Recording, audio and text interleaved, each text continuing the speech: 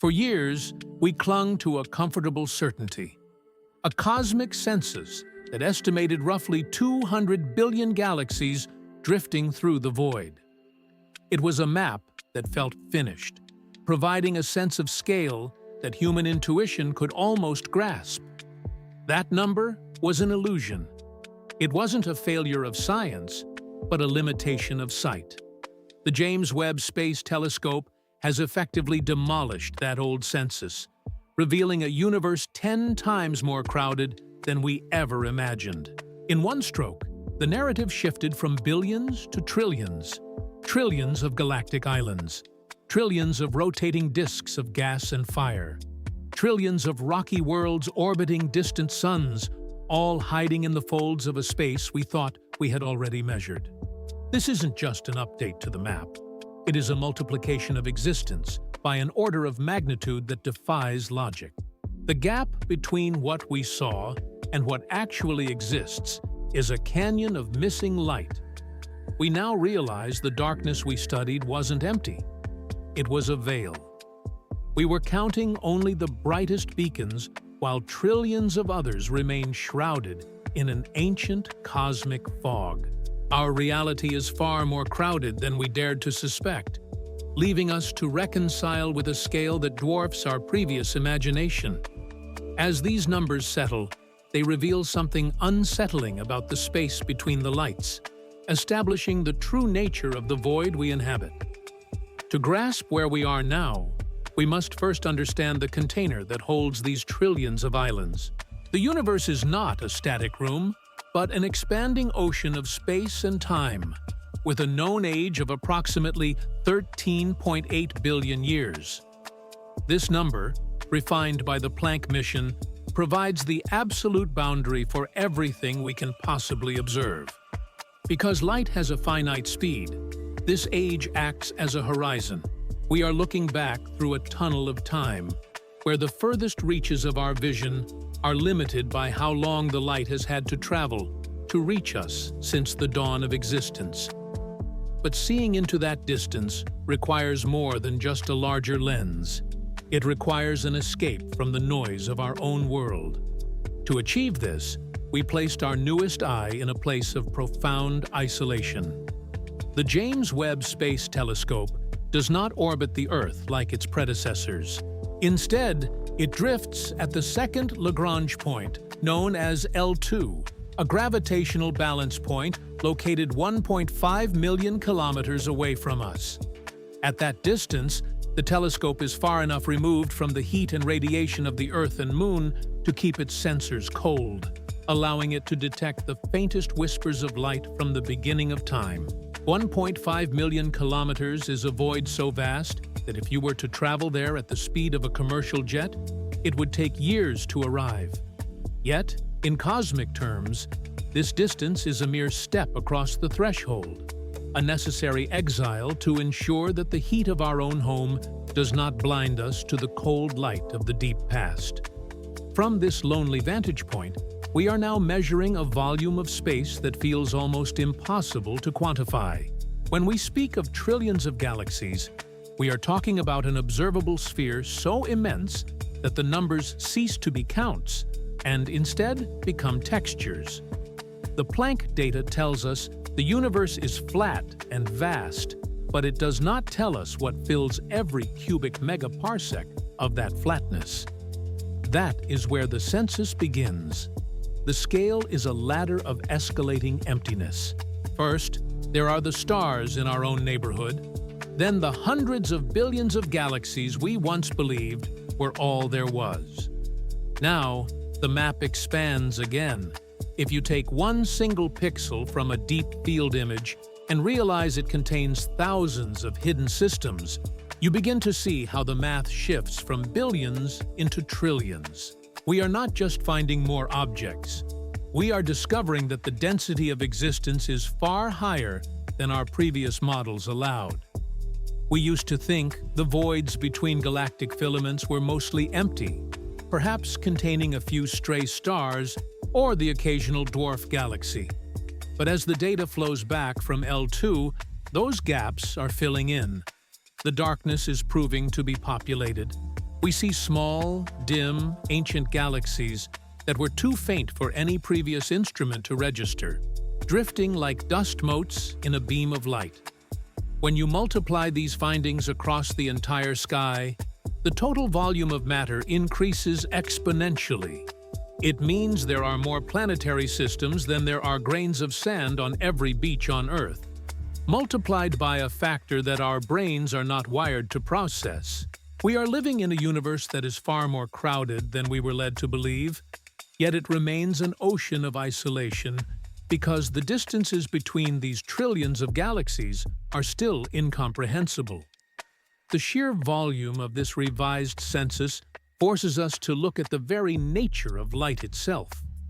For so long, we believed our maps were complete because we had looked as hard as we could with every tool available. We trusted the images that came back from the void, believing that if a galaxy was there, it would eventually reveal itself in the glow of its stars. But this assumes that all light is created equal. It assumes that the universe is transparent. As we drift further into these new measurements, we realize that our previous certainty was based on a fundamental misunderstanding of what blocks our view. We were looking through a window that we thought was clear, only to discover it was covered in a layer of cosmic grime. The limitation was not in the size of our mirrors or the duration of our exposures, but in the very wavelength of light we were using to search the dark. Expectation, a clear and transparent cosmic vista where every star that burned was destined to be seen. We believed that if we simply pointed our mirrors at the deepest reaches of the void and waited long enough, the light would eventually reach us, revealing the true architecture of the beginning. This was the quiet assumption underlying our maps for generations. We viewed the vacuum as a clean slate, a transparent ocean where the only thing limiting our sight was the distance the light had to travel across 13.8 billion years of expanding space.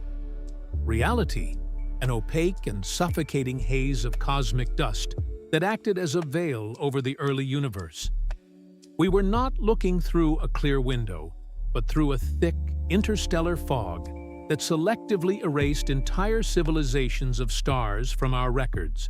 This is not the kind of dust you find on a bookshelf or in a sunbeam across a room. Cosmic dust consists of microscopic grains of silicates and carbon, tiny shards of minerals and soot forged in the hearts of dying stars and cast out into the void. These particles are small enough to float for eons, yet they are numerous enough to form vast, impenetrable walls that block visible light with absolute efficiency. When a photon of visible light hits a grain of silicate or carbon, it does not pass through. It is scattered, absorbed, or reflected away, leaving behind a patch of darkness that we interpreted as emptiness. We looked at the black gaps between the galaxies in our images and assumed there was nothing there. We saw a void because the light we were tuned to see could not survive the journey through these clouds of soot and stone. What is this dust actually hiding from us? It hides the birth cries of the first stars and the crowded nurseries where the earliest galaxies coalesced into being. The very places where the most action occurred in the young universe are the ones most heavily shrouded in carbon and silicates. The more violent the star formation, the more dust is produced, and the more the evidence of that growth is hidden from a telescope that only sees the visible spectrum. It is a cosmic irony that the most active regions of our history were rendered invisible by the very materials they created. The Hubble Space Telescope gave us a glimpse of this struggle, showing us beautiful pillars of gas and dust, but it could not see through them. For Hubble, these clouds were walls. They were dead ends in the search for the beginning. We could map the edges of the dust. We could admire the silhouette of the dark nebulae against a backdrop of stars, but the interior remained a secret. The visible light was simply too short, its wavelength too small to navigate the maze of silicate grains. It crashed into the carbon soot, and stopped. This meant that our census of the universe was fundamentally skewed. We were counting only the galaxies that happened to be sitting in clear patches of sky. We were ignoring the trillions of others that were tucked away behind these curtains of ancient debris. We had built a map of the coastlines, believing we had seen the whole continent, while entire mountain ranges and cities remained hidden behind a wall of fog. The scale of this omission is staggering when you realize how ubiquitous this dust is. It permeates the disks of spiral galaxies and clings to the filaments of the cosmic web.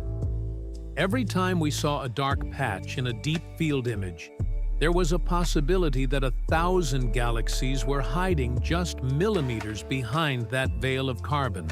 We were operating under the illusion of transparency, unaware that the universe had spent billions of years filing its most important events away in opaque archives.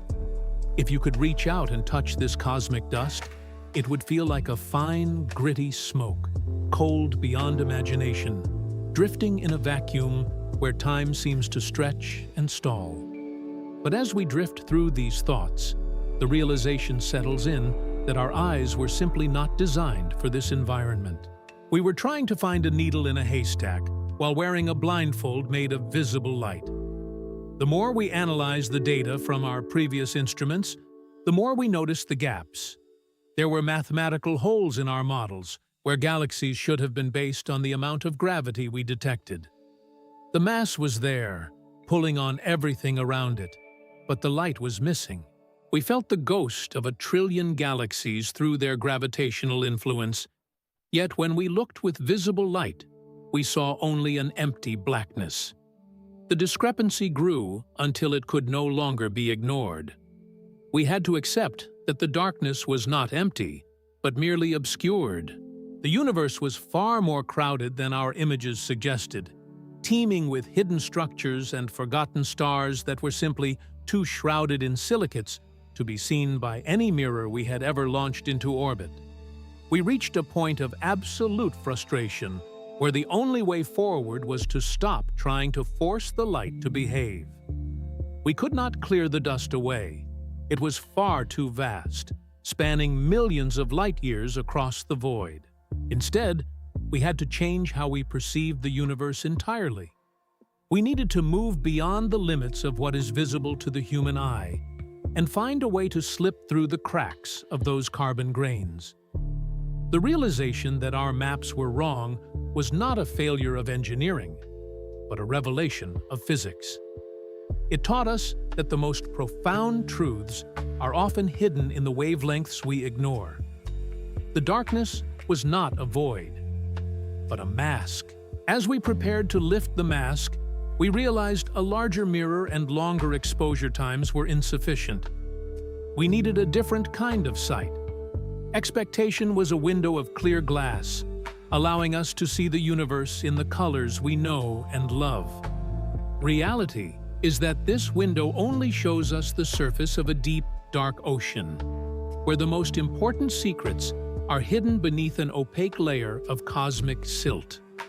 For years, our primary eyes in the sky were designed for a specific kind of light. The Hubble Space Telescope was built to master the visible spectrum and the ultraviolet, capturing the brilliant blues of hot young stars and the sharp edges of distant nebulae. It gave us the most beautiful photographs humanity had ever seen, but those images were limited by the very nature of how they worked. Visible light is fragile. It is easily scattered by a single grain of carbon, or blocked entirely by a wall of silicates. When Hubble looked at a dense cloud of dust, it saw a wall. It saw a void where there should have been stars. We spent years wondering why certain regions of the sky remained stubbornly dark, despite our mathematical models insisting that mass was gathered there. We were trying to read a book while someone had painted over the pages with thick black ink. The only way to see what lay beneath was not to scrub the paint away, but to change the wavelength of the light we used to read. This is where the transition happened. We moved from the visible and ultraviolet realms into the infrared, a part of the spectrum that does not fight against the dust, but slips through it. Infrared light has longer wavelengths. It flows around those tiny particles of silicate and carbon like water flowing around pebbles in a stream. To capture this elusive, ghost-like light, we could no longer rely on the mirrors of the past. We needed an instrument that could gather every single stray photon traveling across billions of years of emptiness. The solution was a mirror of unprecedented scale. The primary mirror of the James Webb Space Telescope is 6.5 meters in diameter, a massive golden honeycomb designed to act as a light bucket for the infrared universe. When you compare this to the instruments that came before, the difference is not just in size, but in capacity.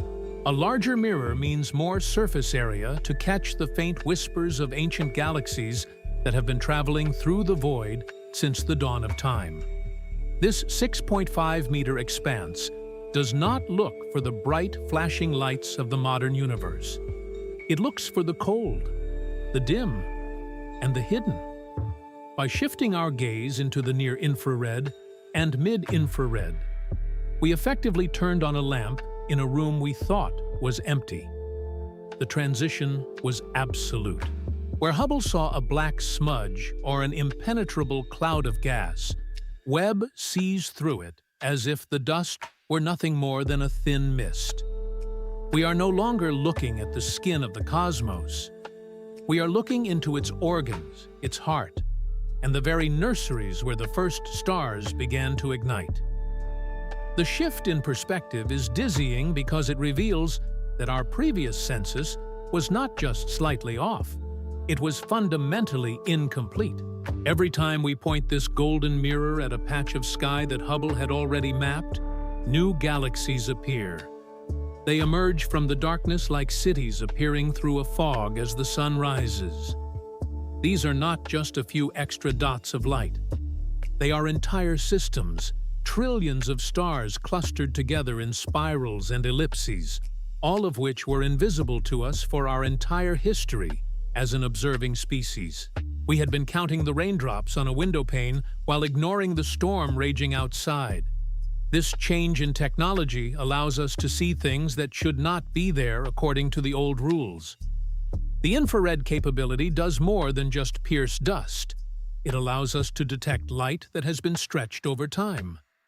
As the universe expands, the space between galaxies grows, and the light traveling through that space is pulled along with it. This stretching changes the color of the light, shifting it from the blue and visible range into the deep red and infrared. The more distant a galaxy is, the more its light is shifted toward the red end of the spectrum, a phenomenon known as redshift. Because Hubble operated primarily in the visible spectrum, there was a hard limit to how far back it could see. Once a galaxy's light was stretched too far into the infrared, it simply vanished from Hubble's sight. It became a ghost. The James Webb Space Telescope was built specifically to hunt these ghosts. With its 6.5-meter mirror and its specialized sensors, it can catch that redshifted light, pulling galaxies out of the absolute darkness and placing them back onto our maps. We are now seeing structures from a time when the universe was in its infancy, catching glimpses of the first flickers of light that ever broke the primordial gloom. It is a humbling realization to know that for decades, we looked at the deepest images of the universe and believed we were seeing everything there was to see. We felt a sense of completion, thinking we had charted the great voids and counted the major players in the cosmic dance. But the infrared reveals that the void is an illusion created by our own limited vision. The space between the stars is not empty. It is crowded with trillions of hidden worlds, all vibrating in a frequency we were simply deaf to until now. The transition from visible light to infrared is like moving from a black and white photograph to a living, breathing world of color and depth. We are discovering that the universe is far more dense, than our textbooks suggested. The census is being rewritten in real time. Every deep field image becomes a revelation of how much we missed. We see galaxies that are too massive for their age, stars that formed too quickly, and clusters that defy the slow, steady growth predicted by our earlier models. As we lean into this new way of seeing, we realize that the darkness was never really there. The blackness of the Hubble Deep Field was not a lack of matter, but a lack of access. We were standing at the edge of a vast library, only able to read the titles on the spines of a few books, while trillions of other volumes remained locked in the dark. Now, with the 6.5-meter mirror acting as our key, we are opening those books one by one. But as we begin to read these ancient records, we find that the light is not behaving the way we expected. The distance is greater than we thought, and the expansion of space has been more aggressive than any model predicted. Infrared reveals a universe more numerous and stranger in nature. We see the fingerprints of an era where gravity was fighting a desperate war against the expanding void to pull the first clouds of gas together. We are witnessing the birth of everything, yet the further we look, the more the light seems to warp and stretch beyond our grasp. But the light was stretched further than we imagined. To grasp the scale of a deep field image, we must first shrink our perspective until the familiar world vanishes. Imagine you are standing on a beach that stretches beyond the horizon in every direction. The sand beneath your feet is composed of countless tiny grains, each one an infinitesimal speck of mineral and glass. Now, reach down and pick up a single grain of sand. Hold it between your finger and thumb. That one solitary grain represents the entire area of sky captured in a single deep field exposure. The patch of space being observed is so small that if you held a single grain of sand at arm's length against the night sky, it would completely cover everything the telescope was looking at. Within that microscopic sliver of the heavens, we once thought we saw the limit of creation. We counted thousands of galaxies in that one grain, and we extrapolated those numbers to fill the rest of the beach. We assumed the density of light was consistent, that the darkness between those distant spirals was truly empty, and that our census was nearly complete. But as the infrared light began to flood the sensors, the math collapsed. The single grain of sand did not just contain a few thousand galaxies. It contained millions. And when we multiply that million-fold increase by every other grain of sand on that infinite beach, the number of galaxies in the observable universe does not just grow, it explodes into the trillions. This revelation is possible because of a phenomenon known as redshift. As light travels across the void from the earliest epochs of time, it does not move through a static room. It moves through space itself, and that space is expanding. Every second, every meter of the vacuum between us and those distant stars is stretching. As the distance grows, the wavelength of the light traveling through it is pulled along like a piece of elastic. The short, tight waves of blue and ultraviolet light are stretched longer and longer until they slide out of the visible spectrum entirely. They shift into the deep reds, then into the infrared, becoming invisible to any eye or instrument that can only see the colors of a rainbow. Redshift is the universe's way of archiving its history in color.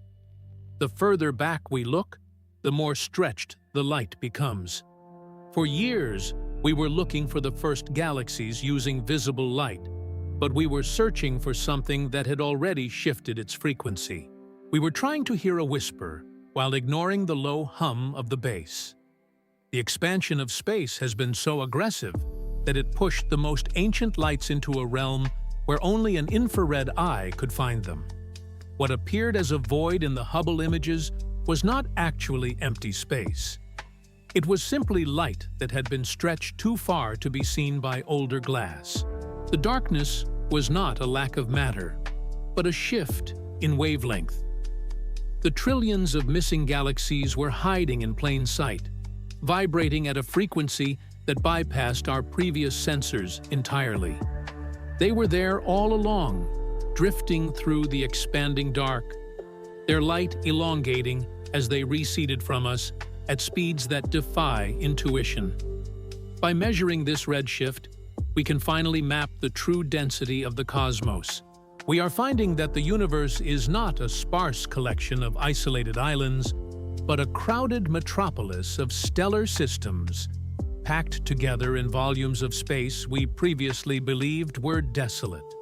The sheer volume of matter revealed by this shift suggests a universe far more efficient at creating stars than any model predicted. Every time we look at a blank patch of sky and apply the infrared lens, the void vanishes. We find that for every galaxy we knew about, there are hundreds more lurking in the red-shifted shadows.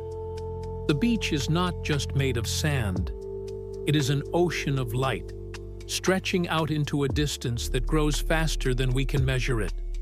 And yet, as these numbers climbed and the maps expanded, the scientific community began to notice something unsettling in the data. It was not just that there were more galaxies than expected.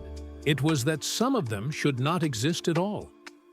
The moment the data first arrived, there is a specific kind of silence that happens in a room full of experts when they realize their map of the world has just been erased. It is not the silence of confusion, but the heavy, breathless stillness of disbelief. This happened in 2022, during the release of the JWST early release observations. For years, astronomers had built mathematical models that predicted exactly how many galaxies should be visible in a given slice of the sky. And they had an expectation of what the early universe would look like. They expected to see small, chaotic clumps of stars slowly coalescing over billions of years. Reality was different. When those first infrared images finally arrived, the screens did not show a few scattered sparks in the dark. They showed an unexpected density of light. Clusters of galaxies appeared where there should have been void. Massive stellar systems emerged from the haze, appearing far more mature and numerous than any simulation had allowed for. The people who built the instrument, the astronomers who had spent their entire careers studying the deep field, went very quiet. They did not cheer immediately. Instead, they began to check the calibration of the sensors. They looked for glitches in the data processing. They wondered if the infrared light was reflecting off some unseen foreground object, or if there was a systematic error in how the redshift was being calculated. They ran the numbers again. Then they ran them a third time. The result remained the same. The universe was simply more crowded than we had been led to believe. Every single pixel of those early observations contained a story that contradicted the previous census. We were looking at a cosmic metropolis where we thought there was only a few lonely villages. This realization created a sudden, sharp tension within the community. If these galaxies existed in such numbers, and if they were this massive so soon after the beginning of time, then the rules for how matter clumps together had to be rewritten. What is the true nature of a void when it turns out to be full? The disbelief stemmed from the sheer efficiency of the cosmos. To create trillions more galaxies than predicted requires an amount of gas and dark matter to collapse at a rate that defies our current understanding of gravitational timing. The images showed these hidden clusters not as anomalies, but as the norm. We were seeing a universe that had rushed its own growth, building cities of stars, while we thought it was still in its infancy. The team stared at the high-resolution data and realized that Hubble had not been lying, but it had been blind to this specific frequency. The galaxies were there, drifting through the silence. Their light shifted into the infrared, waiting for a mirror large enough and cold enough to catch them. It was as if we had spent our entire lives looking at a city from a distance during a heavy fog, concluding that only a few street lamps were lit, only to have the fog suddenly lift and reveal millions of windows glowing in the dark. This shift in perspective changed everything.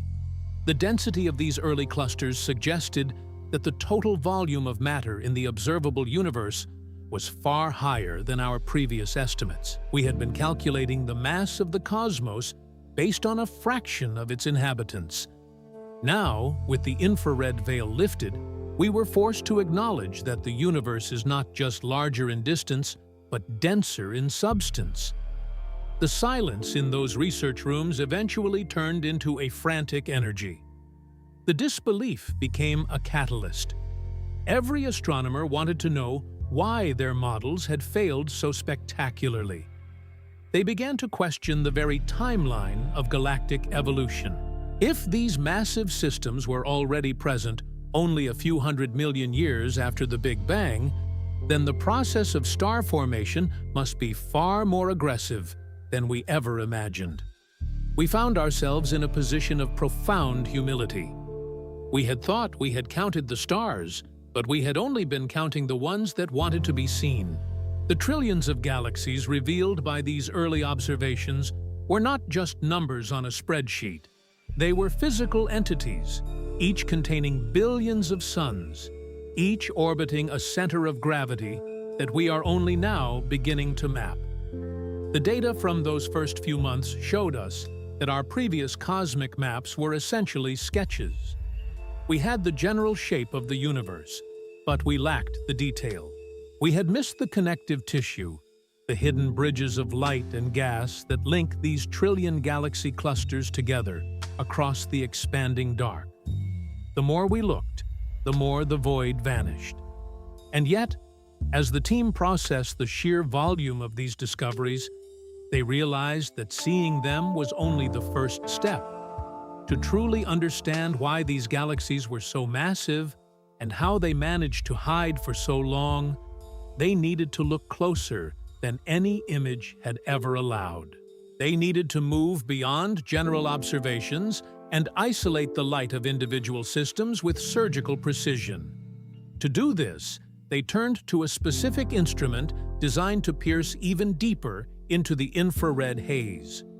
The instrument that took center stage in this revelation was NIRCam, the near-infrared camera. To look through NIRCam is to stop guessing where the light should be and to finally see it exactly as it arrives. While previous sensors were blind to these distant signals, NIRCam was built with a specific surgical purpose: to image near-infrared light at an extremely high resolution. It does not merely detect a blur of energy. It resolves shapes, structures, and the distinct silhouettes of galaxies that were mathematically invisible to every telescope we had ever launched into the void. Expectation, a universe where distant galaxies appeared as faint, smudge-like dots, barely distinguishable from the background noise of space. Reality, a high-definition gallery of spiral arms and elliptical cores, appearing in places where our maps had previously recorded absolute nothingness. The images produced by NIRCam did not just add more stars to the count.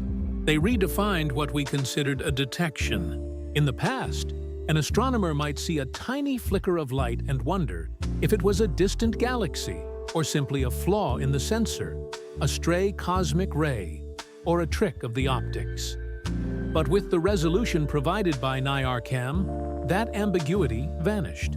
The instrument revealed the internal anatomy of these systems. We could see the way stars clustered together, the way gas swirled around ancient centers of gravity, and the precise geometry of galaxies that had been traveling toward us for over 10 billion years. These objects were not just hiding behind dust. They were hiding in a frequency of light that we simply could not resolve with enough clarity to be certain. It was as if we had been trying to read a book through a frosted window, seeing only the vague shapes of letters and guessing the words based on context. NIRCam shattered that glass. Suddenly, the text became legible. The trillions of galaxies that were missing from our census began to emerge not as statistical probabilities, but as clear, shimmering realities. The team processing these images found themselves staring at a screen where the blackness of space was being crowded out by light. Every time they adjusted the sensitivity, more points of light appeared. Then more, and then more still. It became a recursive loop of discovery. Each high-resolution frame from NIRCam suggested that for every galaxy we could see, there were dozens more just below the threshold of detection, waiting for a slightly deeper exposure to bring them into focus.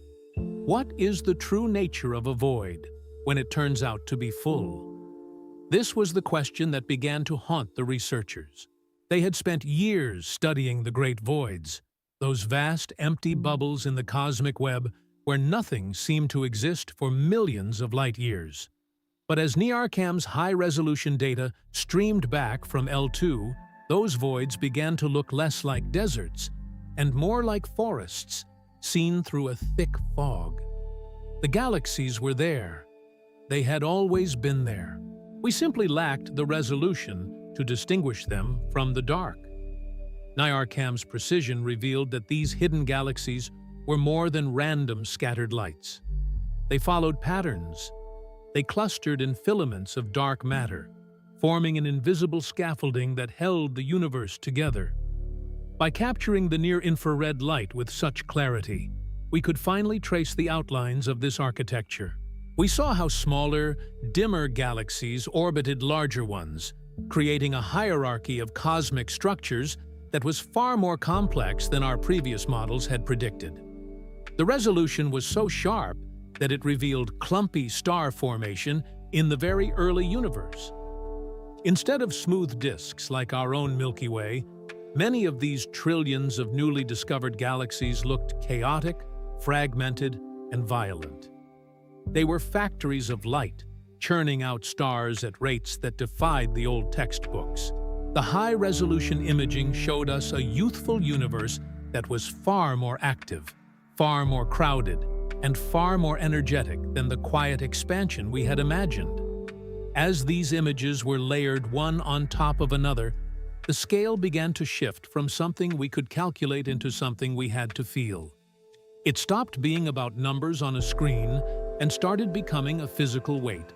The realization that there are trillions upon trillions of these systems, each an island of billions of stars, creates a sensation of vertigo.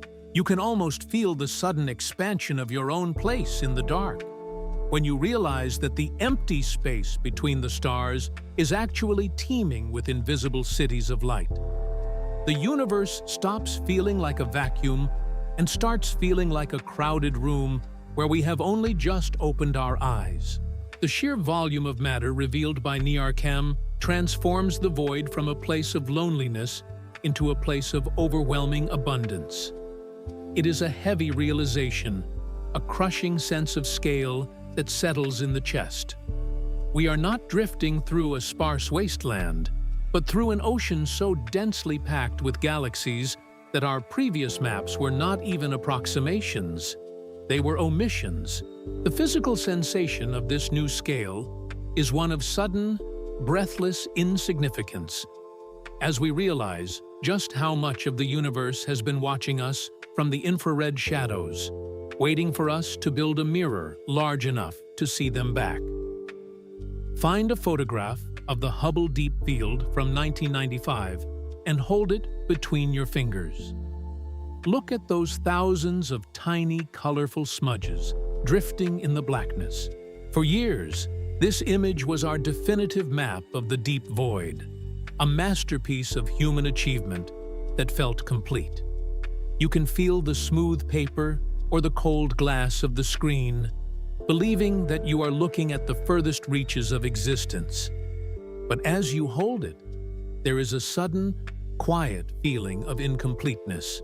It is the sensation of realizing that the photograph is not a window, but a veil. When we place this image side by side with the new data from the James Webb Space Telescope, the betrayal of our previous certainty becomes visible. In the Hubble images, there are vast stretches of absolute blackness, empty corridors of space where we believed nothing existed. We saw these voids as silence, as gaps in the architecture of the cosmos. But when the infrared gaze of the JWST looks at those exact same coordinates, the blackness vanishes. Galaxies appear where there was only darkness. Thousands of them. Millions more. Trillions across the wider sky. The comparison images reveal a ghost world that has been hiding in plain sight. Where Hubble saw a vacuum, Webb sees a crowded metropolis of ancient light. It is as if we had been looking at a city from a great distance during a thick fog, seeing only the few brightest street lamps, and assuming the rest of the town was empty. Then, the fog lifted. Suddenly, every window in every building became visible. Every alleyway was illuminated. The emptiness was an illusion created by our own limited sight. This is not just a matter of adding a few more dots to a map. It is a total recalibration of the cosmic census. We are seeing galaxies that were completely invisible because their light had been stretched and dampened, or hidden behind curtains of dust that visible light simply could not pierce. These new images show us that the universe is far more densely packed than we ever dared to calculate. The voids are not empty. They are filled with these shimmering islands of stars, each one a massive system containing billions of suns, all drifting in a sea of infrared light that only now has a mirror large enough to catch it. The feeling is one of sudden spatial vertigo. You look at the old photograph again and realize it is missing 90% of the story. The black spaces between those early galaxies are actually teeming with life cycles of stars, spiraling arms of gas, and ancient cores that have been burning since the dawn of time. We were not looking at a sparse universe. We were simply blind to the majority of it. The scale is so immense that it ceases to be a number and becomes a texture. The universe feels thicker now, more crowded, less lonely, yet more overwhelming. Every single pixel of the deep field is no longer just a point of light, but a gateway to trillions of other systems that were always there, waiting for us to develop the eyes to see them. We are discovering that we live in a cosmos of abundance, where the darkness was never truly dark, only hidden. As these comparison images merge into one singular truth, the map continues to expand. The boundaries of what we call the observable universe are pushing outward, not because the space is growing, but because our vision is deepening. We are tracing the light further back than any human has ever dared to look. We are following those newly revealed glimmers of infrared light, moving past the known and into the primordial, tracing these lights back to the very beginning. Imagine you are holding a photograph of the Hubble Deep Field in your hands.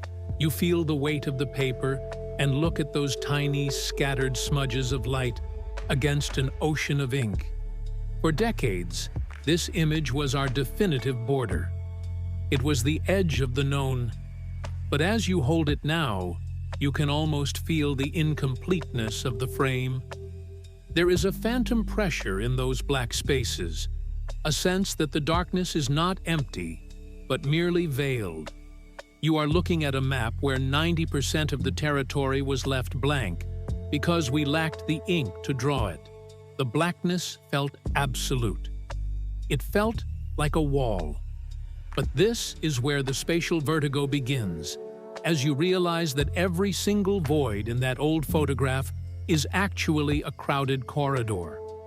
When we transition from the visible light of Hubble to the infrared gaze of the James Webb Space Telescope, it is not just an upgrade in resolution.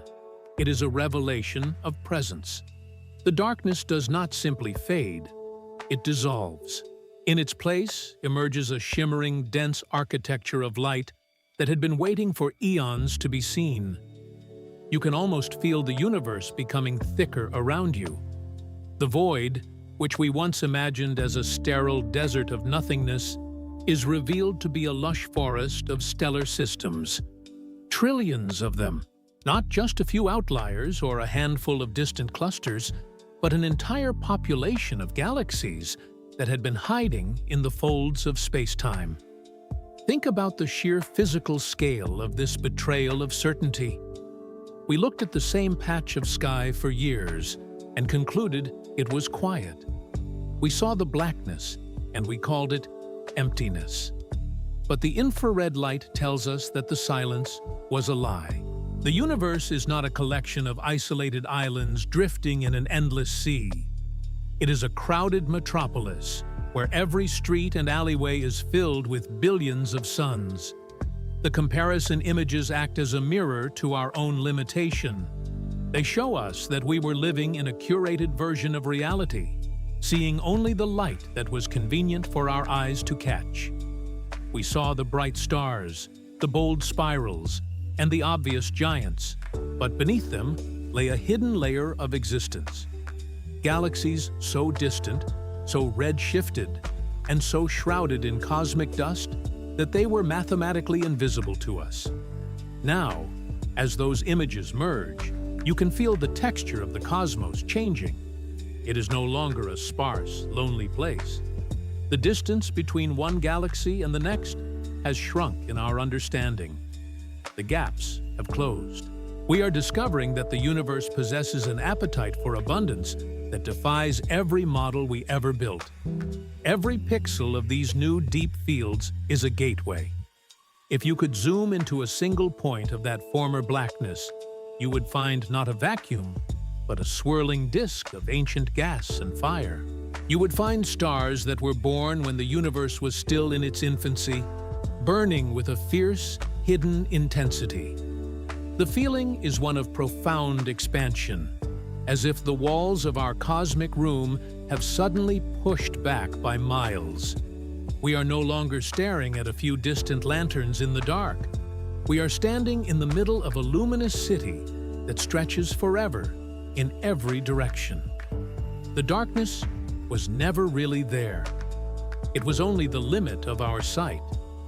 We are now tracing these newly revealed glimmers, following them deeper into the primordial mist. We are moving past the boundaries of what we thought was possible, sliding through the infrared curtains to see the very first structures that gravity ever managed to pull from the chaos. The map is not just growing, it is being rewritten in real time, revealing a universe that is far more crowded, far more ancient, and far more mysterious than we ever dared to imagine. We are drifting now into a deeper silence, moving beyond the clusters and the shimmering islands of stars toward a time when the universe was not yet transparent. We are traveling back to the era of rionization, a period that exists as a ghostly threshold in our cosmic history. For millions of years after the first lights flickered on, the cosmos was filled with a thick, neutral fog of hydrogen gas. This was a veil that swallowed light, an opaque ocean of atoms that kept the early universe hidden from every eye we had ever built. To see through this fog is to witness the very moment the universe woke up. The James Webb Space Telescope was designed specifically for this journey. It does not merely look at distant objects. It possesses the capacity to observe the era of rionization by capturing the faint, stretched infrared signals that manage to pierce through that primordial haze. We are looking at the first flickers of light, the very first generation of stars and galaxies as they began to burn, emitting high-energy radiation that slowly stripped electrons from the surrounding hydrogen. This process is what we call reionization. It was a slow, agonizingly patient transition where the darkness was systematically pushed back, one stellar nursery at a time, until the fog lifted and the universe became transparent, allowing light to travel across billions of years to reach our mirrors. How does it feel to look at a light that has been traveling since the dawn of everything? It is a fragile kind of vision. These first galaxies are not the grand spirals we see in our own neighborhood. They are small, chaotic fragments, jagged shards of starlight huddled together in the deep cold.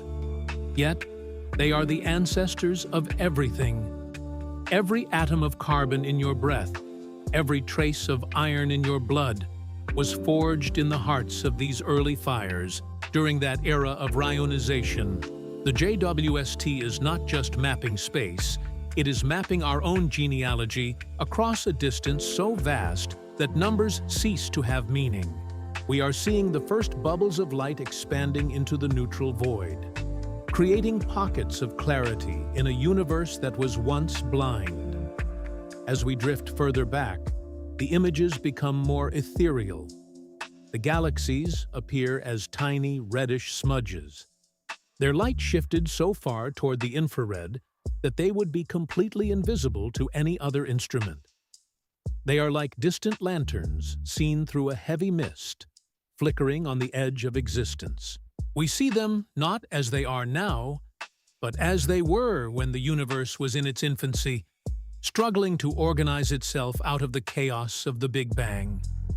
The density we found in the later deep fields is mirrored here, but in a more primitive form.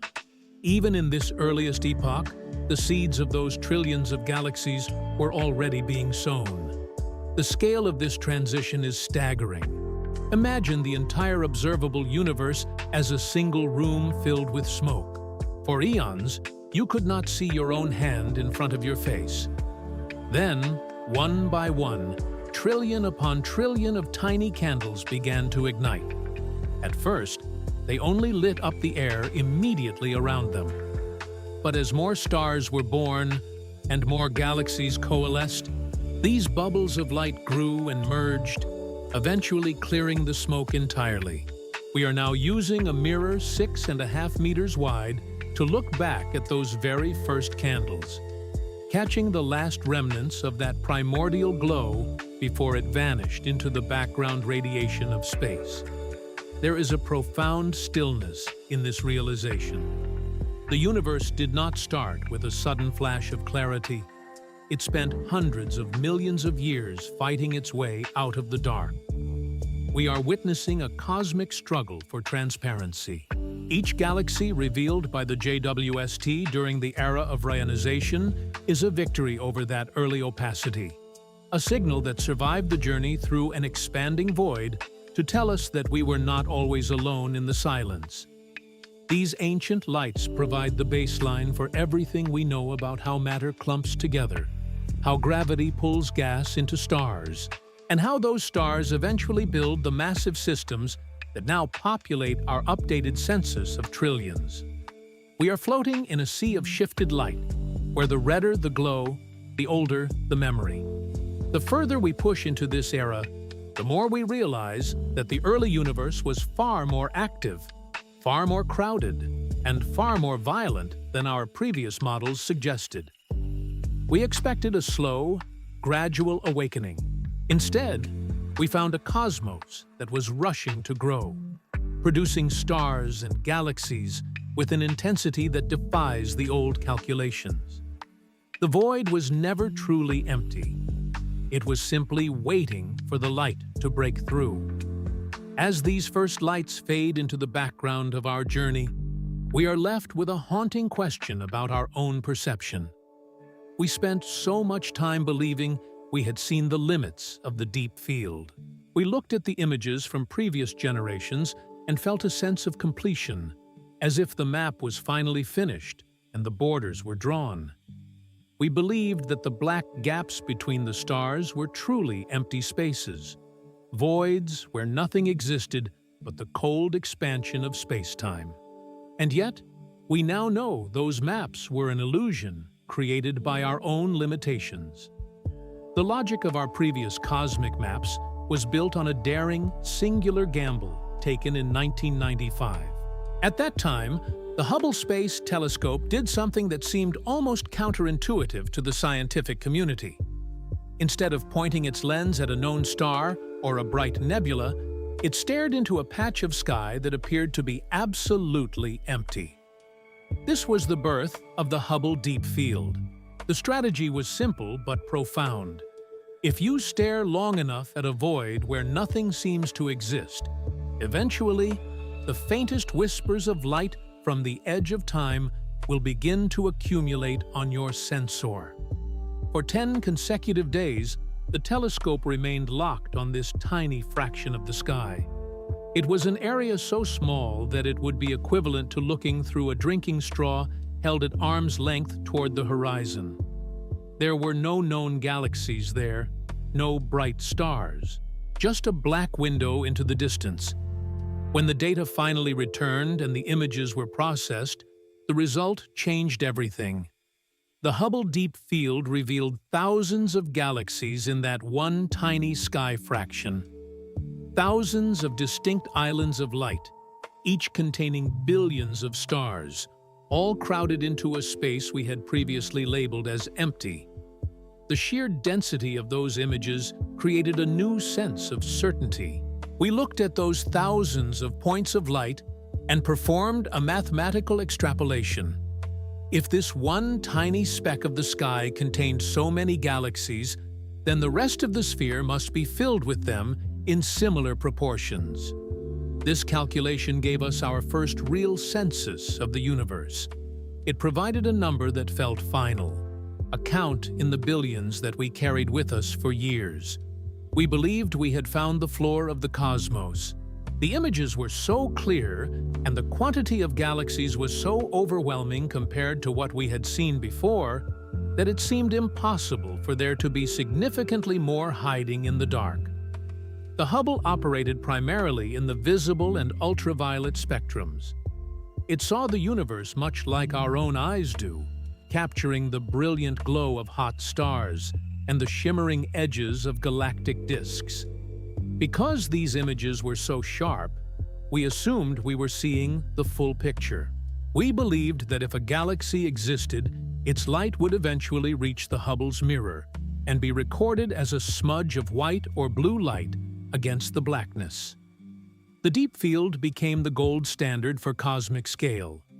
It was the photograph that defined our place in the void, suggesting a universe that was vast, yes, but one whose population we had finally begun to quantify. This certainty lasted because it was consistent. Every other field Hubble looked at confirmed the same pattern. We saw the same distribution of spirals and ellipticals, the same fading of light as we looked further back in time. The mathematical models aligned with the visual evidence. We felt we were reading a complete book, simply turning the pages one by one to see how galaxies evolved from small, chaotic clumps into the grand structures we see today. There was a comforting symmetry to it. The numbers added up, the images matched the theory, and the census seemed closed. But this confidence relied on a hidden assumption, that the universe is transparent. We believed that light traveled from the distant past to our lenses without being blocked by something we couldn't see. We treated the black spaces between those thousands of Hubble galaxies as true voids, regions of space where no matter existed, only distance. The darkness was interpreted as absence. If the telescope saw black, we concluded there was nothing there. We did not account for the fact that our eyes and the Hubble's sensors were blind to a specific kind of veil. While the Hubble Deep Field gave us an incredible glimpse into the deep past, it was only seeing the light that had a clear path to reach us. It was missing everything wrapped in dust, every galaxy shrouded in gas, and every ancient system whose light had been stretched so far by the expansion of space that it had slipped entirely out of the visible spectrum. We were counting only the stars that wanted to be seen, ignoring the trillions that remained hidden behind a curtain of cosmic debris. The census was not wrong because the math was flawed. It was wrong because the input was incomplete. We were trying to count every grain of sand on a beach, while only looking at the ones that reflected the sunlight. The thousands of galaxies Hubble found were just the surface layer, the bright peaks of an enormous, submerged mountain range of matter. And yet, another instrument saw something else. Even NIRCam, with its piercing clarity in the near-infrared, had a limit to what it could unveil. There are depths of darkness that remain opaque even to those sensors, regions where the cosmic veil is not just a thin mist, but a dense, suffocating wall of matter. To see through this final barrier, we needed an instrument capable of sensing light that was longer, cooler, and more patient. This is where MIRI enters the silence. The mid-infrared instrument does not look for the sharp, bright edges of stars as we typically imagine them. Instead, it listens for the warmth of the void. While other cameras see the glow of hot gas or the flicker of ancient starlight, MIRI detects mid-infrared light, a wavelength that allows it to perceive heat itself. It looks for the thermal signature of warm dust and the muffled radiance of stars still completely enveloped in their birth clouds. These are the stellar nurseries that have remained hidden from every single human eye and every previous lens we ever launched into the dark. Think of the difference between seeing a flame through a window and feeling the warmth of the fire radiating through a thick stone wall. DIRCam sees the light, but MIRI feels the heat. In the regions where the dust is too thick for any visible or near-infrared light to escape, MIRI finds a hidden city of matter. It reveals clouds of hot dust that act as cosmic cocoons, shielding thousands of newborn stars from the rest of the universe. These are not just isolated objects. They are massive, sprawling complexes of gas and silicates that hold the blueprints for entire galactic systems. When the first MIRI images were layered over the NIRCam data, the result was a quiet revelation. Areas that had appeared as empty pockets of blackness suddenly flared into life. Galaxies that were previously invisible, not because they were too distant, but because they were too shrouded in their own debris, emerged from the haze. We found an entire population of galaxies that spent their youth hidden behind walls of carbon and silicate dust, growing in secret while we looked right through them. This is how the count began to spiral upward into the trillions. We discovered that for every bright galaxy Hubble could see, there were dozens more wrapped in these dusty shrouds, invisible to everything but the mid-infrared gaze of MIRI. The universe was not just larger than we thought. It was denser. It was crowded. The voids we had mapped as empty expanses were actually teeming with these enveloped systems, filing their existence into space-time while remaining undetected by our limited sight. The scale of this hidden population is difficult to hold in the mind. If you look at a dark patch of sky and assume it is empty, you are seeing a lie told by the limitations of your biology.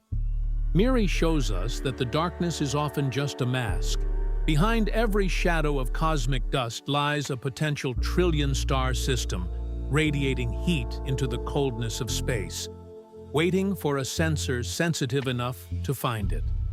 We found that these dusty galaxies were not anomalies. They were a fundamental part of how the universe builds itself.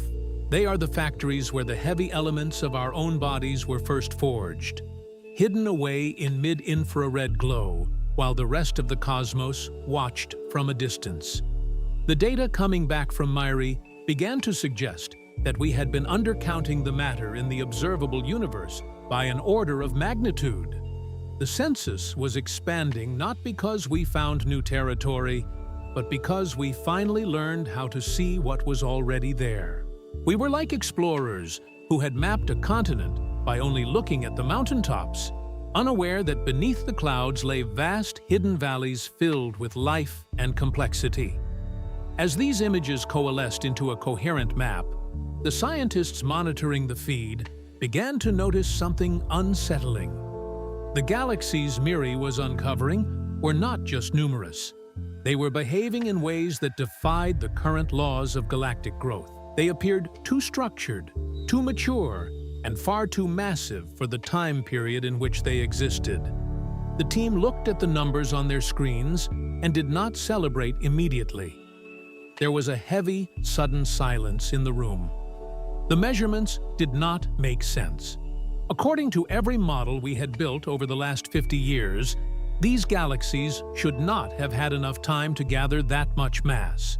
They were anomalies that threatened to undo the very timeline of the early universe. The first instinct was to assume a glitch in the instrument.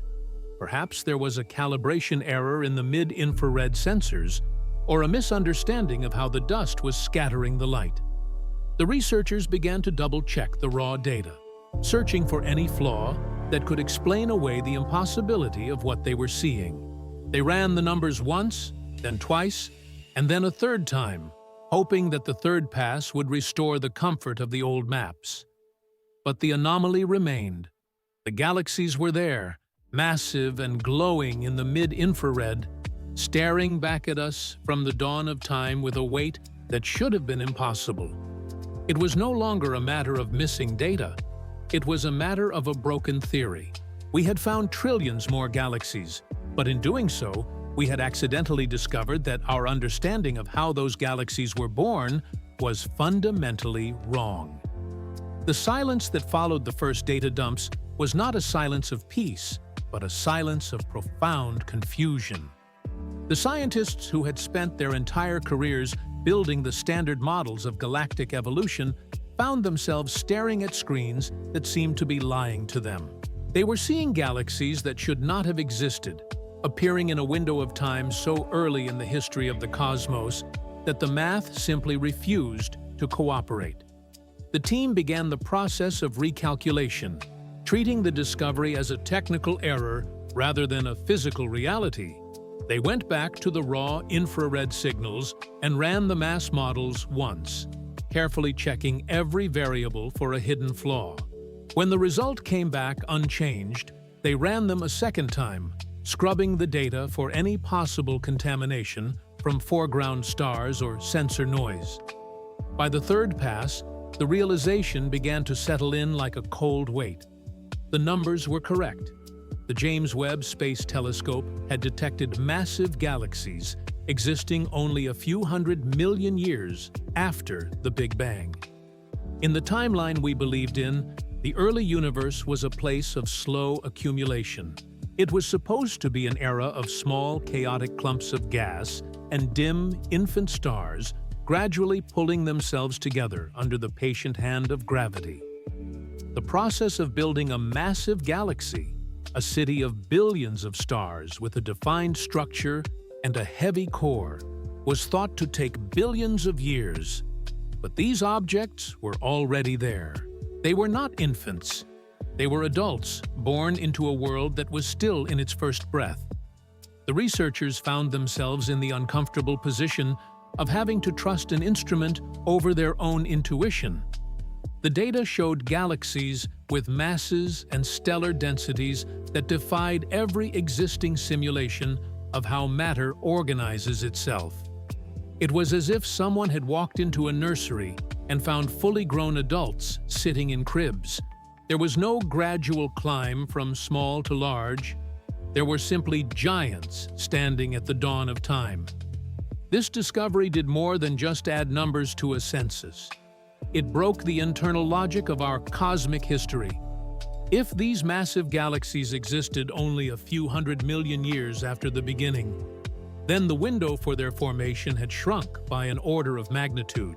Gravity would have had to work faster, or the early universe would have had to be far more efficient at condensing gas into stars than anyone had ever dared to propose. The team did not celebrate these findings with cheers. Instead, they spent long nights in a state of quiet agitation, wondering if the very foundations of cosmology needed to be rewritten. They were no longer just counting galaxies. They were witnessing the collapse of a certainty. The more galaxies the telescope found, the more it revealed that our understanding of time and growth in the deep void was an approximation at best, and a fantasy at worst. We had spent years imagining the early universe as a lonely, dark place where light struggled to emerge from the fog. We pictured a slow awakening, but the reality provided by the telescope was far more aggressive. The cosmos had hit the ground running. It had produced massive, glowing structures with an efficiency that left us breathless and bewildered. Every new image brought more of these impossible giants into view.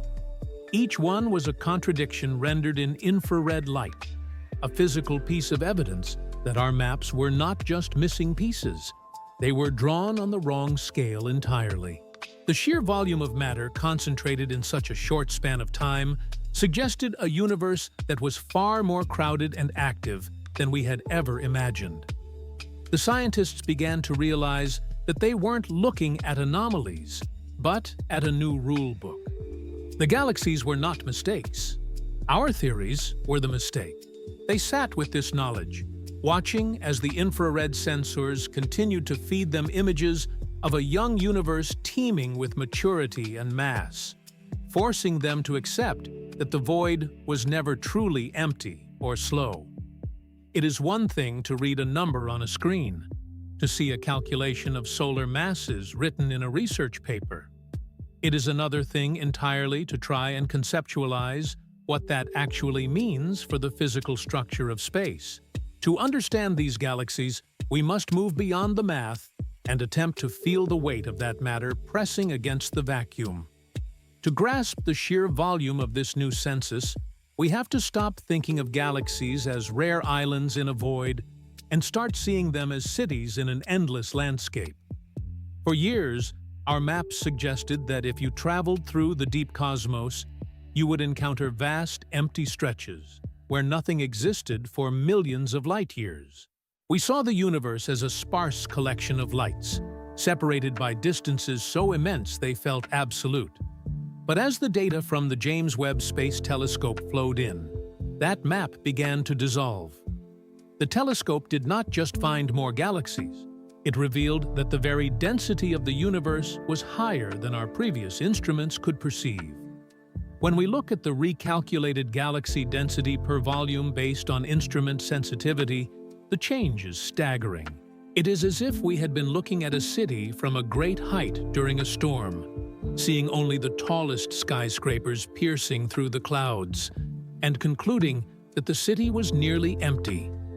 Then, the infrared sight of the Webb telescope cleared the fog, revealing millions of smaller homes, streets, and neighborhoods that had been there all along, hiding in plain sight. The scale of this increase does not move in a straight line. It moves in a ladder of expanding magnitude. If our previous estimates were a single village of light, we are now realizing we live in a sprawling metropolis. We go from billions to trillions, then from trillions to numbers that the human mind can only process as an infinite blur. Each step up this numerical ladder represents a layer of reality that was previously invisible. 10 times more galaxies means 10 times more stars. It means 10 times more rocky planets orbiting those stars in the dark. It means the void we thought was empty is actually teeming with structure, crowded with ancient systems that have been spinning in silence since the dawn of time. What does this mean for the physical volume of space? It means that the gap between galaxies is smaller than we believed. The loneliness of the cosmos has been replaced by a hidden crowdedness. We are discovering that matter did not just clump together in a few lucky spots, but that it permeated the early universe with an efficiency that defies our old calculations. Every cubic megaparsec of space, once thought to be a wasteland, is now being repopulated with these ghost-like infrared signatures. How many of these hidden worlds are actually out there? The question no longer feels like a riddle, and more like a measurement we are finally capable of taking. We are seeing that the universe has been filing every single event in space-time itself, keeping a record of trillions of galaxies that were simply too faint or too shrouded in dust for us to see. They were not missing. We were just blind to their frequency. The weight of this discovery is heavy. It changes the way we perceive the vacuum. The void is no longer a place of absence, but a place of concealment. We are learning that the darkness between the stars is not empty space, but a veil. And as that veil is lifted by the 6.5 mirror of the Webb telescope, the universe feels smaller and larger at the same time. Smaller, because we are surrounded by more neighbors than we ever dared to imagine. Larger, because the sheer amount of matter revealed suggests a cosmic engine far more powerful and prolific than any model had predicted. This recalibration ripples outward, shifting every coordinate on our maps. When you increase the number of galaxies by a factor of 10, you change the gravitational narrative of the entire observable universe. You change how we calculate the movement of clusters and how we understand the web of dark matter that holds everything together. We are no longer looking at a few scattered embers in a cold fireplace. We are looking at a forest fire of creation that spanned the entire horizon of the early cosmos. The realization that trillions of galaxies were hiding behind the dust creates a strange sensation of vertigo. It is the feeling of stepping out of a small room and realizing you are actually standing in the middle of an endless city.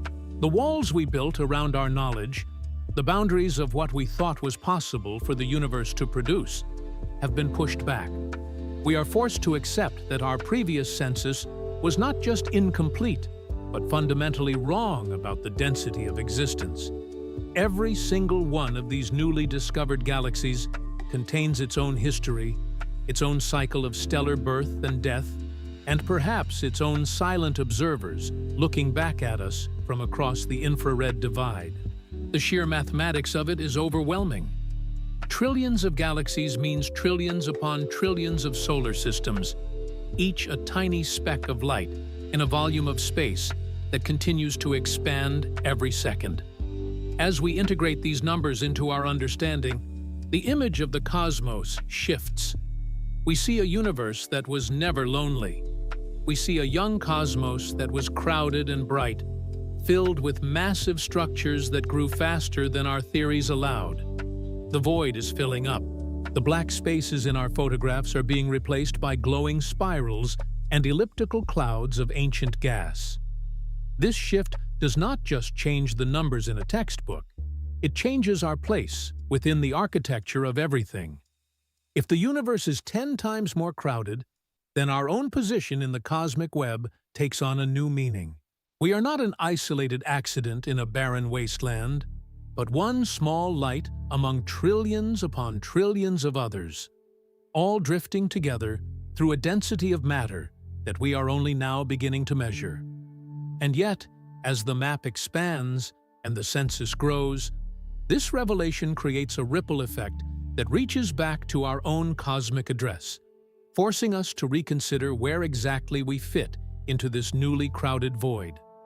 Allow your weight to dissolve into the mattress, letting your body drift away from the room and the city, until you are suspended in the absolute stillness of the local void.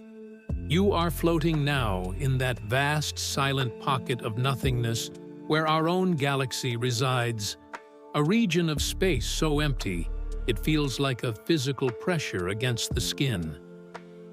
In this darkness, there is no wind, no sound, only the slow, rhythmic pulse of your own breathing as you hang in the center of a great cosmic clearing. Around you, the map of the universe is not static. It is expanding and brightening in real time, like a million distant lanterns being lit one by one across an infinite ocean of black ink. The silence here is profound, but it is no longer the silence of emptiness. It is the silence of hidden things finally becoming visible. As you drift, you can feel the scale shifting around you, the boundaries of the known world pushing outward in every direction. For a long time, we believed the gaps between the great galactic filaments were truly vacant, mere corridors of void that separated the islands of light. But as the new data streams in, those voids are filling with ghosts. Trillions of galaxies, once thought to be missing or non-existent, are flickering into existence around you, emerging from the shadows like silver fish rising to the surface of a dark lake. This revelation is not a matter of chance, but a result of a fundamental shift in how we measure the faintness of light. There is a specific threshold in astronomy called the magnitude detection limit, the point where a star or a galaxy becomes so dim that it simply vanishes into the background noise of the universe. The Hubble Space Telescope had its own limit, a glass ceiling that defined the edge of our vision for years. We looked at the black spaces between the stars and assumed they were empty because we could not see anything there. We mistook the limits of our instrument for the limits of reality. But the James Webb Space Telescope has pushed that detection limit significantly deeper into the dark. It is as if we spent a lifetime looking at a forest in the middle of a moonless night, believing only the brightest fires were present. And then, someone suddenly handed us an infrared lens that reveals every single glowing ember hidden beneath the canopy. The JWST does not just see more, it sees further down the scale of brightness, capturing photons that have been traveling for billions of years, stretched so thin by the expansion of space that they had become invisible to everything that came before. As you float in this expanding map, notice how the density of the universe changes. The spaces that once seemed like desolate wastes are now crowded with these faint, ancient structures. You can almost feel the gravitational pull of 1 trillion new neighbors, each one a swirling city of stars, each one holding its own secret history. These galaxies were always there, drifting in the cold, waiting for an eye sensitive enough to find them. They were not hiding. We were simply blind to their frequency. The magnitude limit is the difference between seeing a few scattered sparks and seeing the entire fire. By reaching deeper into the infrared spectrum, the JWST has revealed that the universe is far more crowded than any of our previous models suggested. The Census was wrong because our tools were not yet ready for the truth. We were counting only the giants, the bright spirals and the massive ellipticals that scream their presence across the void. Now, we are seeing the quiet ones, the small, dim, and ancient galaxies that make up the true bulk of the cosmic population. The sheer volume of this new matter is staggering.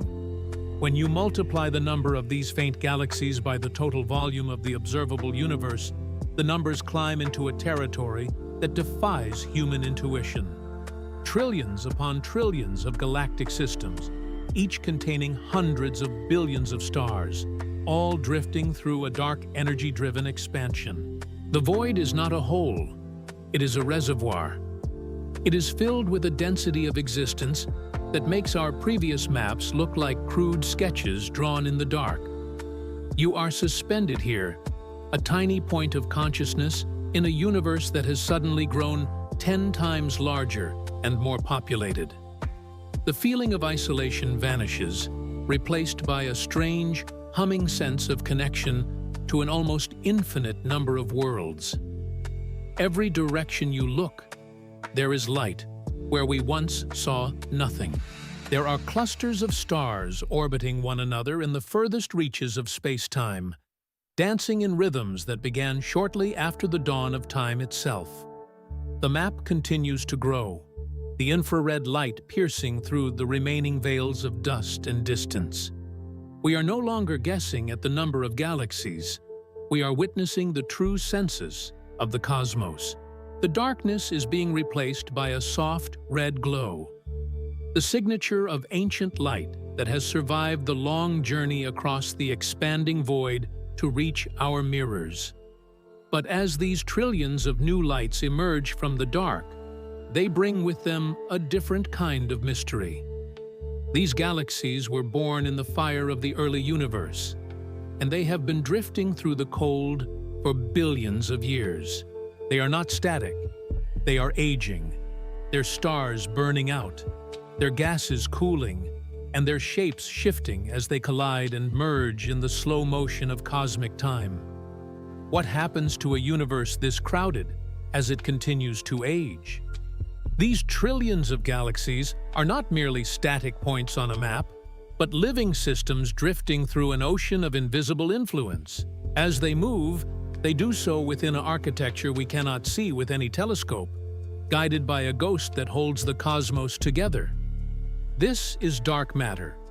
It does not emit light, it does not reflect radiation, and it does not block the view of the stars behind it.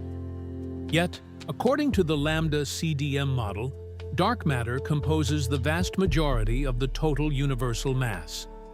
The galaxies we now count in the trillions are like small, luminous foam on top of a deep, invisible tide.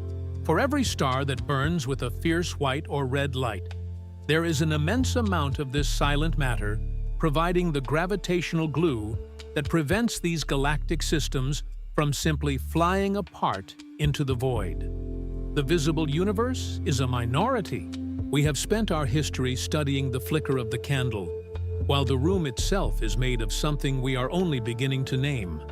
And yet, even with the anchor of dark matter, these trillion galaxy clusters are caught in a slow, inevitable drift toward a distant and cold future. The expansion of space continues to push them away from one another, stretching the gaps between galactic filaments into vast continents of emptiness. We see this process happening in real time through the redshift of the most distant lights, where the light is stretched long and red as it struggles against the growing distance. Think of these galaxies not as fixed islands, but as ships on a tide that only flows outward. In the far future, the expansion will become so absolute that the trillions of new neighbors discovered by our infrared mirrors will slip beyond our cosmic horizon. One by one, they will fade. The light from those distant clusters will be stretched until its wavelength is longer than the observable universe itself, rendering them invisible once more. Not because they are gone, but because space has grown too fast for their light to ever reach us again. We are living in a brief window of cosmic transparency. We have arrived at the exact moment where our technology allows us to see the full census before the curtains close. The dark matter continues to pull, trying to hold these structures together, while the expansion of the universe pushes them apart. It is a silent war played out across billions of light years, with trillions of galaxies caught in the middle. The scale of this movement is impossible to grasp without a physical anchor. If you could shrink a galaxy cluster down to the size of a single cell in your body, the distance between that cluster and its nearest neighbor would still span several rooms. The void is not empty. It is an active participant in the death of light. It is a reservoir of dark energy that grows as space expands, ensuring that the loneliness of the future will be absolute.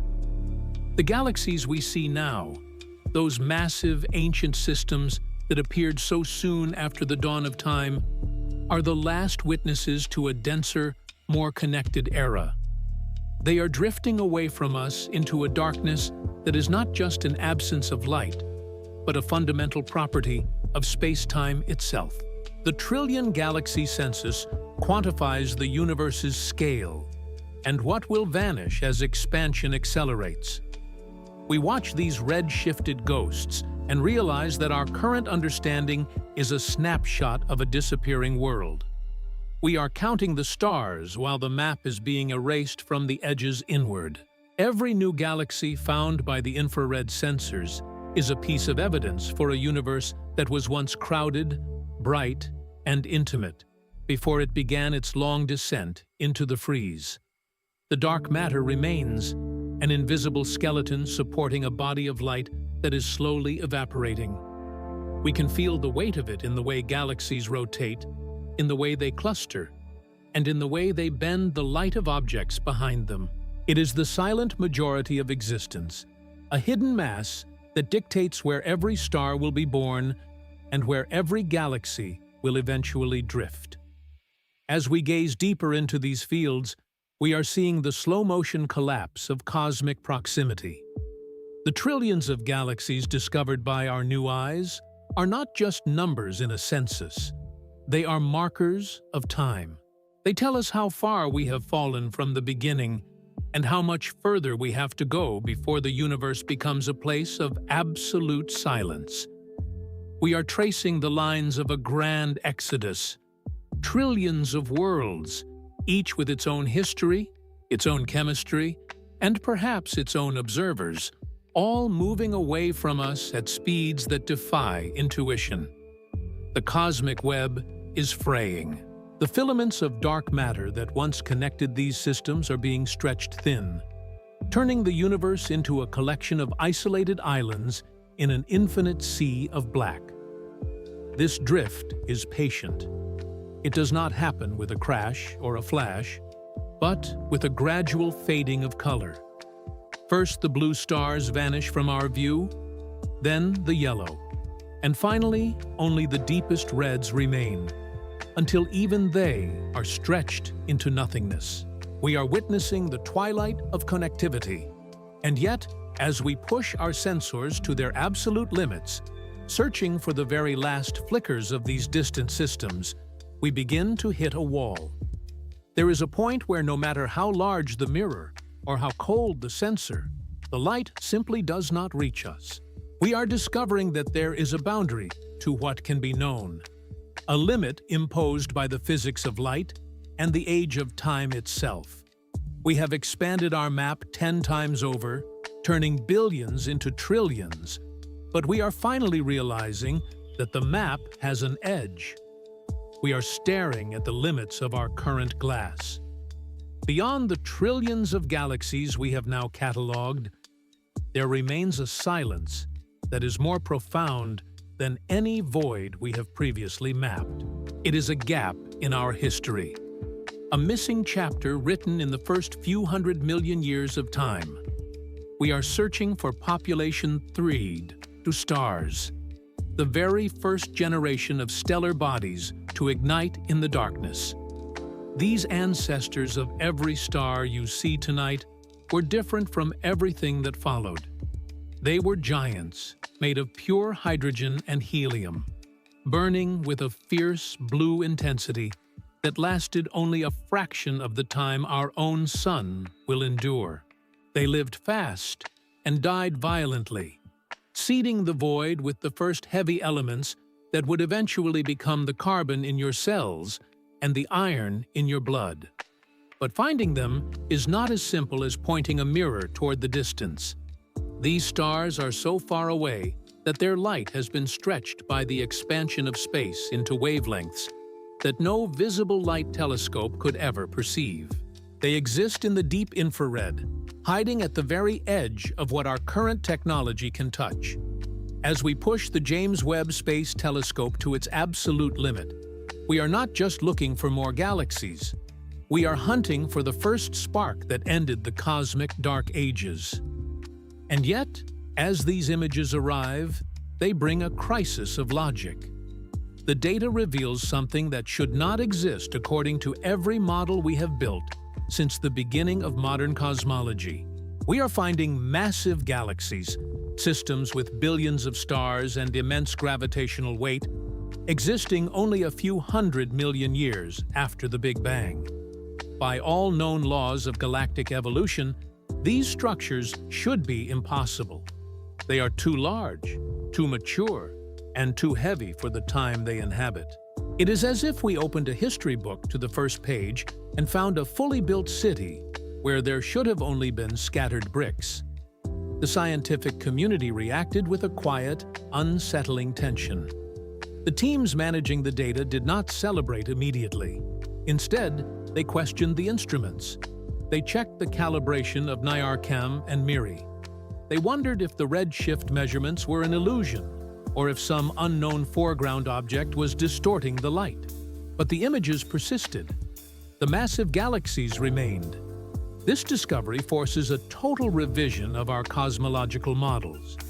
For years, we believed that galaxies grew slowly, like snowballs rolling down a hill, accumulating mass over billions of years through small mergers and steady gas accretion.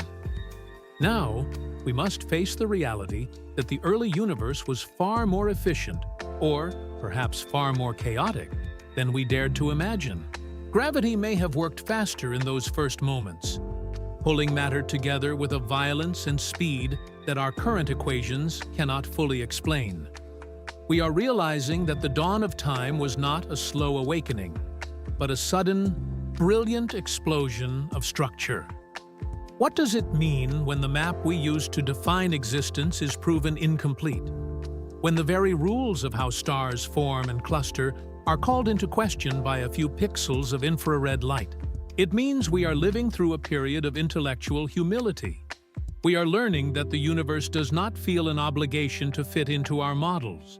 It simply exists, indifferent to whether its timeline makes sense to us. We have spent so much effort counting the trillions, expanding our census until the numbers became abstract and overwhelming.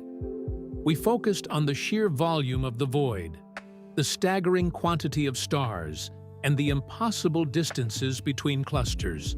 We treated the universe as a problem of scale, a matter of how many, how far, and how large. But as we stare at these impossible galaxies from the dawn of time, the question changes. The focus shifts away from the number of things that exist in the dark. We are moving past the era of counting. We are beginning to ask not how much is out there, but why any of it is here at all. The sheer size of the cosmos is no longer the mystery. The real mystery is the significance of a single point of consciousness capable of noticing it. The silence that followed these discoveries was not the silence of peace, but the silence of a fundamental disorientation. Imagine the feeling of walking through a house you have lived in for 20 years, only to discover a hidden door that leads to an entire wing of rooms you never knew existed. For the astronomers who first processed these images, it felt as though the very floor of their reality had shifted. They were looking at light that had traveled across the void for nearly 13 billion years. And that light was telling them a story that contradicted every textbook on the shelf. The tension in those rooms was palpable because science relies on the predictability of time. We believed there was a cosmic schedule, a slow, methodical sequence where gas clouds collapsed into stars, and stars drifted together to form small protogalaxies, which then slowly merged over eons to become the giants we see today. This was the expected rhythm of the universe. But these massive galaxies were an interruption of that rhythm. They appeared in the data as fully formed entities, shimmering with a maturity that should have taken billions of years to achieve. Yet they existed when the universe itself was still in its infancy. We are forced to wonder if our understanding of gravity is merely a sketch of a much larger, more complex portrait. Perhaps in those first few 100 million years, the laws of attraction operated with a different intensity. Maybe the early cosmos was not a gentle nursery, but a forge of unimaginable pressure and speed, where matter was slammed together with such efficiency that entire galactic cities were built in a fraction of the time we thought possible. It suggests a universe that is far more aggressive in its creativity than our models ever allowed. As you let these thoughts drift, consider the sheer weight of those distant systems, billions of suns swirling in a dance of gravitational necessity, existing while the cosmos was still glowing with the heat of its own birth. The light we see from them is stretched and tired, shifted deep into the infrared by the relentless expansion of space. But the message it carries is clear. The beginning was not a slow awakening.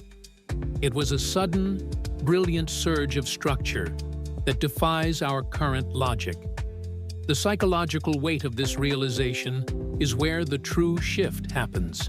We have spent centuries trying to master the map of the heavens, believing we had finally pinned down the timeline of existence. And yet, with a few mirrors and a cold orbit far from Earth, we found that the map was not just incomplete, it was fundamentally wrong about the pace of creation. This is the quiet betrayal of certainty.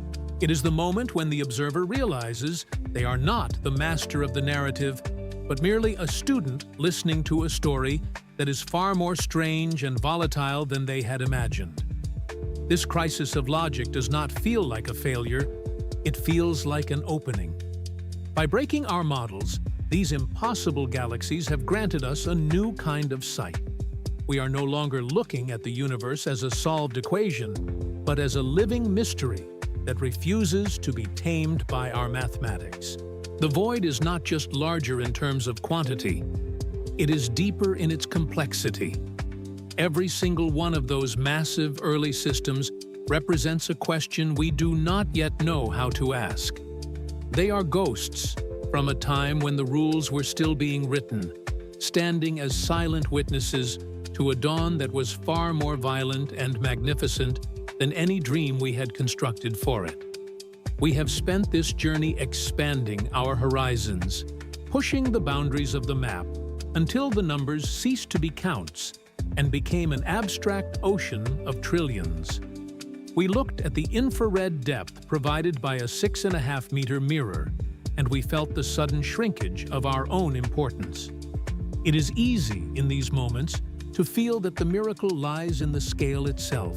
We tend to believe that the most extraordinary thing about the universe is how much of it there is, or how many hidden cities of stars were waiting behind curtains of silicate dust for us to find them.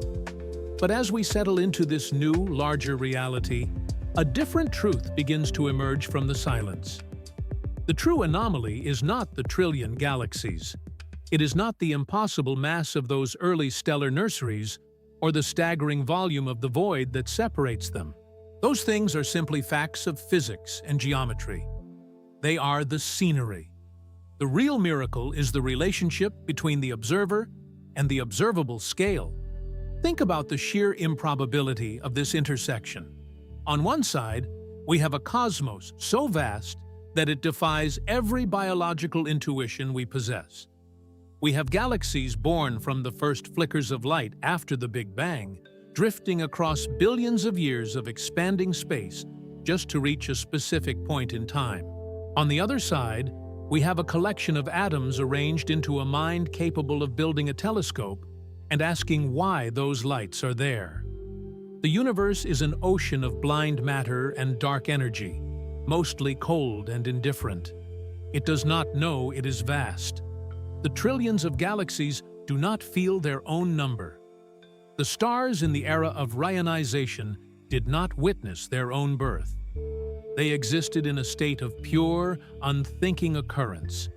And yet, here we are, small, fragile, and temporary, but possessing a capacity that dwarfs the physical size of any galaxy. We are the aperture through which the universe finally looks back at itself.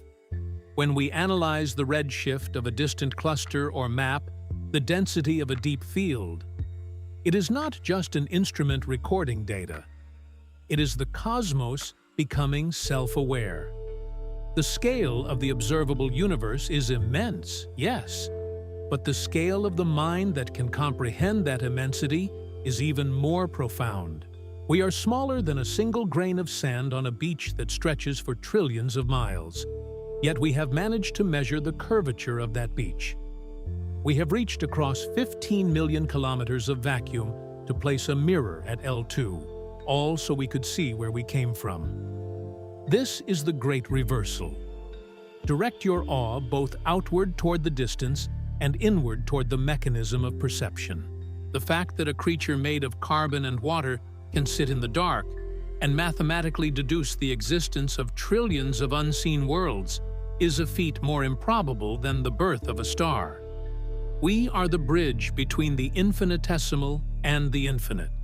We occupy a sliver of time so thin it is almost invisible, yet we have captured the light from the very beginning of everything.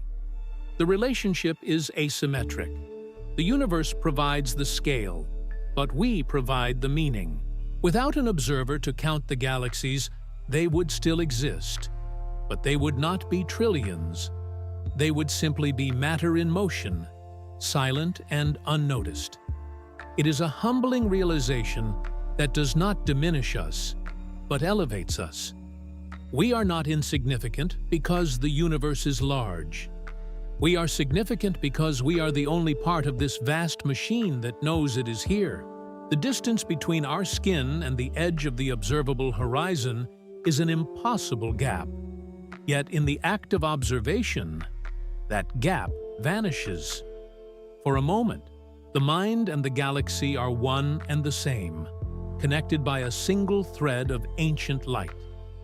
We have chased the numbers to their limit.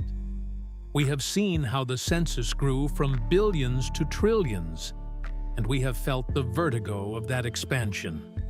But as the numbers fade into the background, the noise of discovery begins to quiet. The frantic need to count, to categorize, and to map starts to dissolve. The data has been gathered. The images have been processed. The models are being rewritten in the wake of what we found. Now, there is nothing left to do but exist within that knowledge. There is a peace that comes when you finally stop trying to measure the void and simply allow yourself to be part of it. The lights of those trillion galaxies continue to travel through the dark, indifferent to our naming of them. They drift in their slow cosmic dance, governed by laws we are only beginning to whisper back to ourselves. We can let go of the need to hold the entire map in our heads. We can stop trying to grasp the total volume of matter, and instead feel the weightlessness of being a witness to it all. The expansion continues. The redshift deepens. The universe keeps growing, pushing everything further apart into an endless velvet night. And as we drift with it, the curiosity that drove us to build our great mirrors slowly transforms into something softer. It becomes a quiet acceptance, a gentle surrender to the scale of things. We are moving now beyond the reach of the instruments. We are leaving behind the charts and the coordinates. The numbers have done their work. They have shown us how small we are, and in doing so, they have shown us how miraculous it is that we can see at all. The cosmic census is complete for tonight. The trillions of stars are still there, flickering in the infrared dark, waiting in a silence that spans billions of light years. It is time to stop counting. It is time to let the scale wash over us until the distance no longer feels like a void, but like a blanket. The noise of the world recedes, leaving only the rhythm of a universe breathing in and out across eons. We are descending now, away from the heights of theoretical physics and the depths of the deep fields, returning to the stillness of our own breath. The great mirror is silent. The data has settled. We drift further into the quiet, where the only thing left to observe is the peace of the dark. The census is closed. We began with billions of distant lights, but we leave knowing there are trillions more. A hidden ocean of matter revealed by the infrared eyes of the James Webb Space Telescope. This map doesn't diminish us. It simply makes the silence more honest. Let the numbers fade. Let the scale become a lullaby, and the distance the very peace we've been searching for. We are merely guests in this expanding night, witnesses to a grandeur that requires no understanding to exist. There is a profound grace in knowing how much remains unseen, and an even deeper peace in letting it stay that way. Thank you. Sleep well tonight.